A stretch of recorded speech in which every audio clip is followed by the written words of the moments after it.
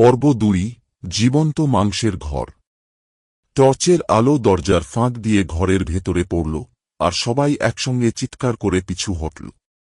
ঘরটা ছিল কাঁচা মাংসের তৈরি।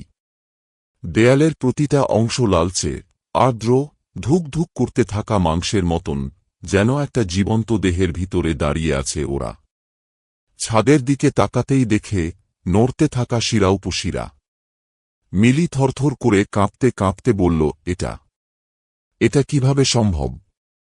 অর্ক এক ধাপ এগিয়ে গেল। হঠাৎ করে মাংসের দেওয়াল থেকে একটা রক্তাক্ত হাত বেরিয়ে এল।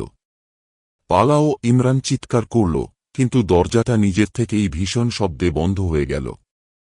রজত দরজাটা ঠেলতে লাগল, কিন্তু কোনো লাভ হল না।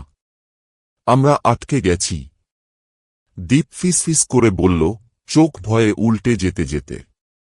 আর ঠিক তখনই ঘরের মধ্যে কোথাও থেকে একটা গম্ভীর গলা ফিসফিস করে উঠল, তোরা চলে এসেছিস, এখন বের হতে পারবি না।